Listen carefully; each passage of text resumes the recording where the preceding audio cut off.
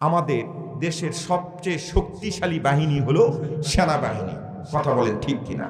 আচ্ছা, সেনাবাহিনীর দুইটা সদস্যকে মাছ ধরা যন্ত্র না দিয়ে যদি এই পুকুরের মধ্যে নামে দিয়ে বলেন যে একটা পুঁটির মাছ ধরো, সারাদিন থেকে পুঁটির মাছ ধরতে পারবে? মাছ ধরা যন্ত্র ছাড়া ধরতে পারবে না। কিন্তু ওর শক্তি যে আছে সেটা তো সত্য। ওর শক্তিটা হলো জমিনের মধ্যে, আর মাছের শক্তিটা হলো পানিতে। কথা বলেন ঠিক কিনা? কথা কিন্তু বোঝেন। ওয়াজ যদি না বুঝতে পারেন তাহলে কিন্তু ভাই হিতে বিপরীত হয়ে যাবে। সম্মানিত হাজিরিন, পাওয়ার টিলারের যখন লোহার যেই চাকাগুলো আছে, এই চাকাগুলো লাগানোর পরে পিচঢালা রাস্তার মধ্যে যদি আপনি ছেড়ে দেন, পাওয়ার টিলারের শক্তি কি বেশি দূর মানে বেশি দেখা যাবে, বোঝা যাবে? খুব আস্তে আস্তে বুড়া মানুষের মতো সামনের দিকে যাবে।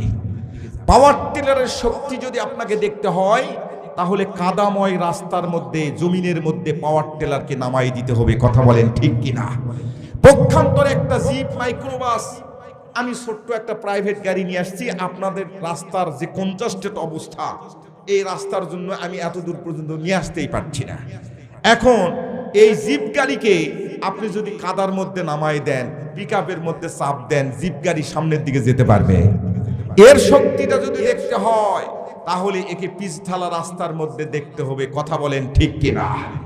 পক্ষান্তরে একটা কুকুরের শক্তি দেখেন। একটা কুকুর, এই এলাকার কুকুর ঘটনাক্রমে বেড়াতে বেড়াতে বেড়াতে অন্য এলাকায় গেছে, মজলিস হচ্ছে, মজলিস গরু জবাই হয়েছে। এখন ওখান থেকে ওই হাড্ডি নিয়ে ও সবেমাত্র হামলা করছে ওই এলাকার, মানে খুব দুর্বল কুকুর ওর এলাকার।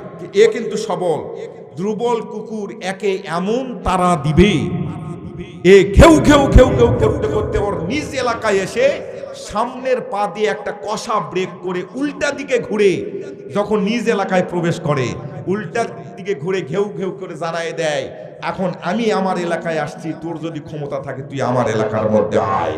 কথা বলেন ঠিক কিনা? তাহলে বুঝা গেল প্রত্যেকটা জিনিসের নিজ নিজ একটা কক্ষপথ আছে, নিজ নিজ একটা অবয়ব আছে। কথা বলেন ঠিক কিনা? মুসলমানের একটা নিজ নিজ স্থান আছে না নাই? সেই জায়গাটা কোন জায়গা? এখন সামনের দিকে যাই।